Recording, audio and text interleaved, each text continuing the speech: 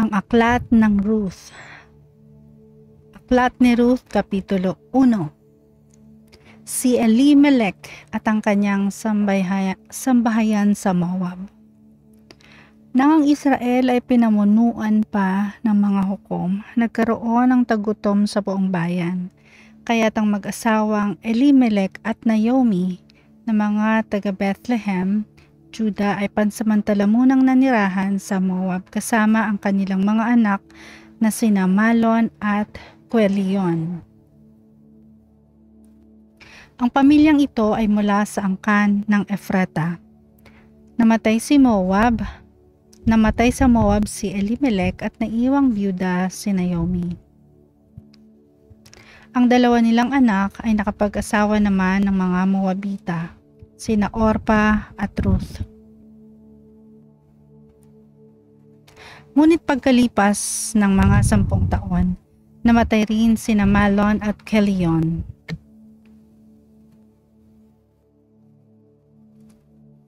Kaya't si Naomi ay naulila sa asawa at mga anak. Umalik sa Bethlehem si Naomi kasama si Ruth. Nabalitaan ni Naomi na ang kanyang bayan ay pinagkalooban ng Diyos ng masaganang ani, kaya't humanda sila ng kanyang mga manugang na umalis sa Moab. Naglakbay nga silang pabalik sa Juda. Ngunit sa daay sinabi ni Naomi sa kanyang dalawang manugang, "Umuwi na kayo sa dati ninyong tahanan at manirahan sa inyong mga nanay.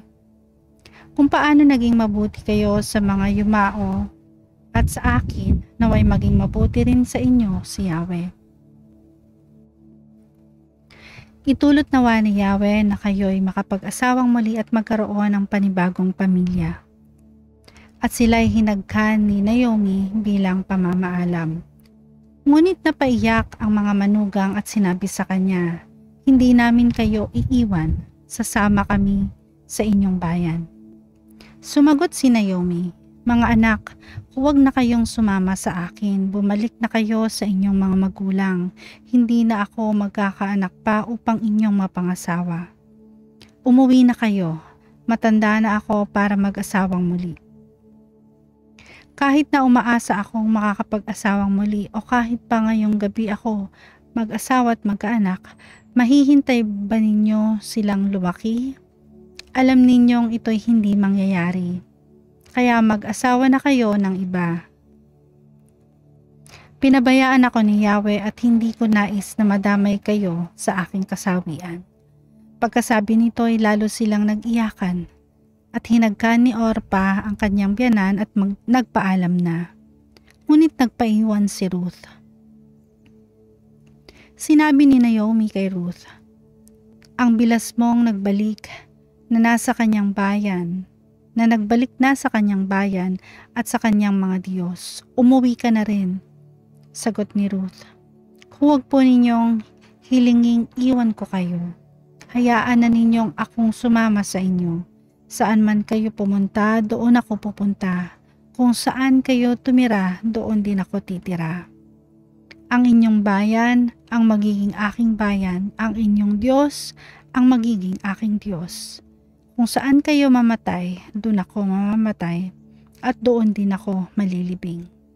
Parusahan sana ako ni Yahweh ng pinakamabigat na parusa kung papayagan kong magkalayo tayo, maliban na lamang kung paghiwalayin tayo ng kamatayan." Nang matiyak ni Naomi na hindi talaga magbabago ang isip ni Ruth na sumama sa kanya, hindi na siya tumutol. Kaya't nagpatuloy sila ng paglalakbay. Pagdating nila sa Bethlehem, nagulat ang lahat. "Hindi ba't si Naomi ito?" tanong ng kababaihan. Sumagot naman si Naomi, "Huwag na ninyo akong tawaging Naomi.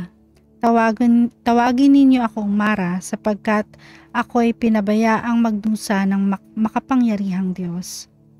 Masagana ang buhay namin ni Elimelech nang umalis dito, ngunit ibinalik ako ni Yahweh na walang anumang dala.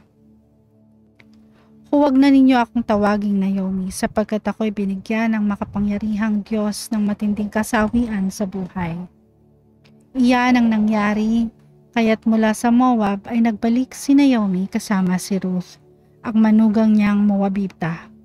Nung dumating sila sa Bethlehem ay simula na ng anihan ng Sebada. Ruth Kapitulo 2.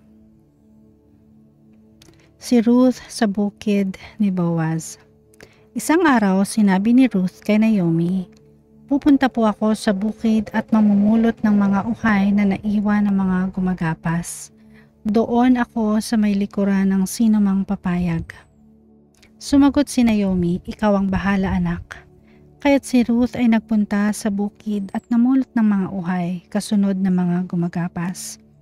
Nagkataong ang napuntahan niya ay ang bukid ni Boaz, isang kamag-anak ni Elimelech na napakayaman at iginagalang sa kanilang bayan. Di nagtagal, dumating naman si Boaz mula sa Bethlehem. Sumainyo si Yahweh, ang bati niya sa mga gumagapas. "Pagpalain naman kayo ni Yahweh," sagot nila. Na makita si Ruth, itinanong ni Boaz sa katiwala, "Sino ang babaeng iyon?" "Siya po ang Moabitang kasama ni Naomi nang umuwi rito mula sa Moab," sagot ng katiwala. Nakiusap po siyang makapamulot ng nalalaglag ng mga uhay. Pinayagan ko naman. Kaya't maagang maaga pa'y narito na siya. Katitigil lamang niya para magpahinga sandali. Nilapitan ni Boaz si Ruth at kinausap, "Anak, huwag ka nang pupunta sa ibang bukid. Dito ka na lamang mamulot kasama ng aking mga manggagawang babae. Tingnan mo kung saan sila gumagapas at sumunod ka. Sinabi ko na sa mga tauhan ko na huwag kang gambalain. At kung ikaw ay nauuhaw, malaya kang uminom ng tubig mula sa aking banga."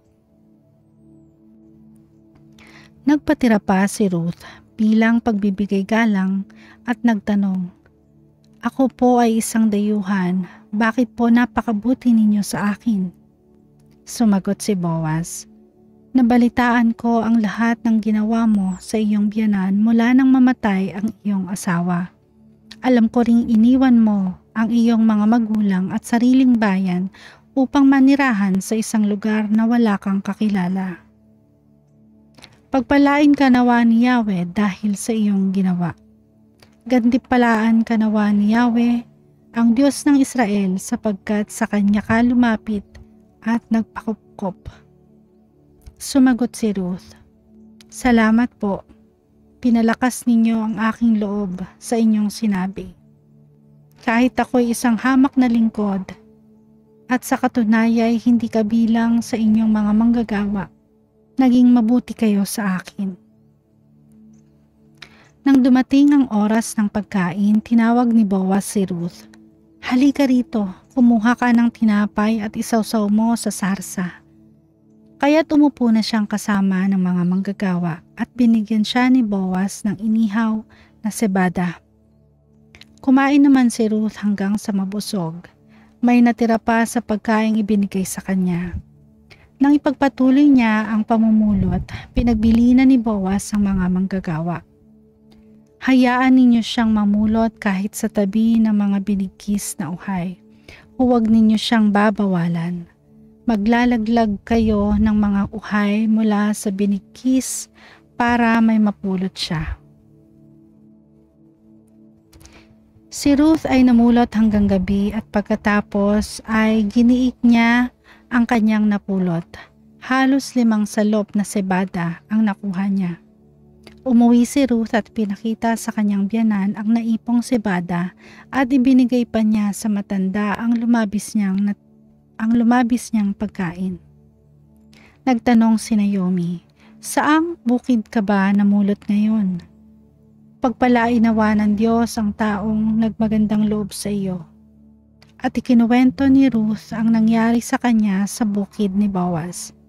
Kaya't sinabi ni Naomi, "Pagpalain nawa siya ni Yahweh na hindi nakalimot sa kanyang pangako sa mga buhay at sa mga patay." Idinugtong pa niya, "Malapit nating kamag-anak ang taong iyon. isa sa mga may tungkuling mga laga sa naiwan ng mga yumao. Nagpatuloy ng pagsasalaysay si Ruth.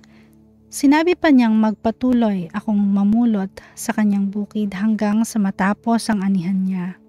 Sumagot si Naomi, "Oo nga anak, baka mapahamak ka lamang kung sa ibang bukid ka pupunta. Mabuti ngang manatili kang kasama ng kanyang mga manggagawang babae." Ganoon nga ang nangyari.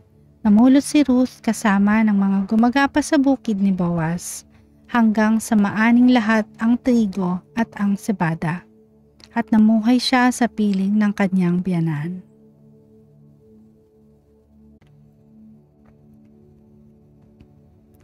Ruth Kapitulo 3. Naging mabuti kay Ruth si Boaz. Isang araw ay kinausap ni Naomi si Ruth. Sabi niya, "Anak, kailangang ihanap kita ng magiging asawa upang magkaroon ka ng sariling tahanan. Natatandaan mo ang sinabi ko sa iyo noon na kamag-anak natin si Boaz. Mga manggagawa niya ang mga kasama mo sa bukid. Ngayon, makinig kang mabuti. Magpapag-iik siya ng sebada mamayang gabi, kaya't maligo ka. Magpabango ka at isuot mo ang pinakamaganda mong damit. Pagkatapos, pumunta ka sa giikan. Ngunit huwag mong ipaalam na naroon ka hanggang sa makakain at makainom si Boaz. Tingnan mo kung saan siya matutulog. Lumapit ka, iangat mo ang takip ng kanyang paa at mahiga ka sa may paanan niya. Sasabihin niya sa iyo ang nararapat mong gawin." Sumagot si Ruth, "Gagawin ko pong lahat ang inyong sinabi." Nagpunta nga si Ruth sa giikan upang isagawa ang lahat ng sinabi ng kanyang biyanan. Masaya si Boaz matapos kumain at uminom.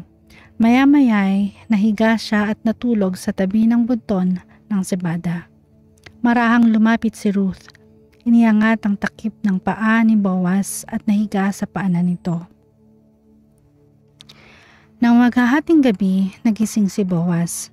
Nagulat siya nang makitang may babaeng nakahiga sa paanan niya. "Sino ka?" tanong niya. "Si Ruth po, ang inyong lingkod," sagot ng babae. "Isa kayong kamag-anak na malapit kaya dapat ninyo akong kalingain at pakasalan."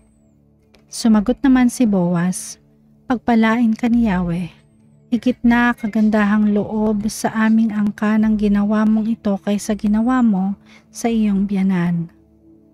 Hindi ka naghanap ng isang lalaking bata pa na maaaring mayaman o mahirap. Ipanatag mo ang iyong loob. Nalalaman ng buong bayan na isa kang mabuting babae. Gagawin ko ang lahat ng sinabi mo. Totoo ngang ako'y malapit ninyong kamag-anak at may tungkulin sa iyo, ngunit may isang mas may malapit na kamag-anak kaysa sa akin. Dito ka muna hanggang madaling araw. Bukas ng umaga aalamin natin kung papakasalan ka ng lalaking sinasabi ko. Kung hindi, ipinapangako ko kay Yahweh ang buhay na Diyos, nagagampanan ko ang tungkuling ito. Matulog ka na muna ngayon.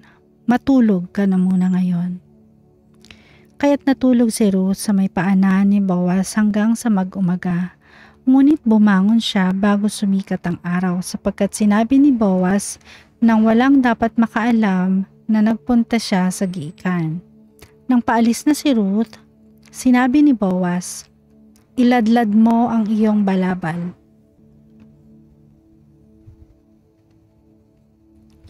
At ito'y nilagyan ni Boaz ng mahigit na kalahating kabang sebada. Pinasan niya ito kay Ruth at tuluyan na itong umuwi. Nang makita siya ng kanyang biyanan at tinanong siya nito, "Kamusta ang lakad mo, anak?" At sinabi ni Ruth ang buong pangyayari. Binigyan pa niya ako ng sebada sapagkat hindi raw po ako dapat umuwing walang dala. Dugtong pa niya. Sinabi ni Naomi, "Maghintay ka anak hanggang sa malaman mo kung ano ang kalalabasan ng bagay na ito." Hindi titigil si Boaz hanggat hindi niya naayos ang lahat.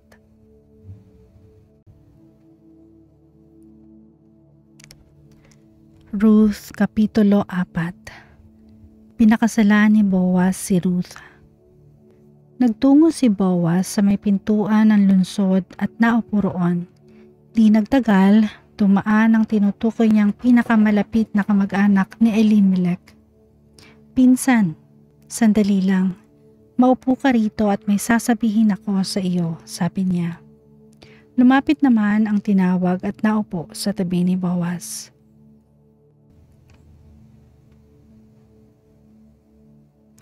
Tumawag si Boaz ng 10 pinuno ng bayan at inanyayahan ding maupo roon.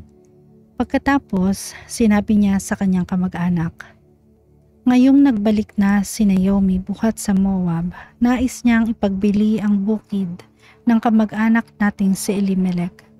Sa palagay ko'y dapat mo itong malaman sapagkat ikaw ang unang may karapatang bumili niyon. Kung gusto mo, bilhin mo iyon sa harap ng mga saksing pinuno ng bayan. Kung ayaw mo naman, ako ang bibili." "Bibilhin ko," sagot ng lalaki. Agad na sinabi ni Boaz, "Kung bibilin mo kay Naomi ang bukid, kasama sa bilihan si Ruth, ang Moabitang biyuda ng ating pinsan, upang ang bukid ay manatili sa angkan ng namatay." Pagkarinig niyon, sumagot ang lalaki, "Kung ganoon, hindi ko nagagamitin ang aking karapatan sapagkat manganganib namang mawala ang sarili kong mana. Ikaw na ang bumili." Ganito ang kaugalian sa Israel noong unang panahon. Kapag tinubos o binili ang isang ari-arian, hinuhubad ng nagpatubos o nagbenta ang kanyang sandalyas at ibinibigay sa bumili bilang katibayan ng kanilang kasunduan. Kaya't nang sabihin ng lalaki kay Boaz na siya na ang bumili, hinubad nito ang kanyang sandalyas at ibinigay kay Boaz.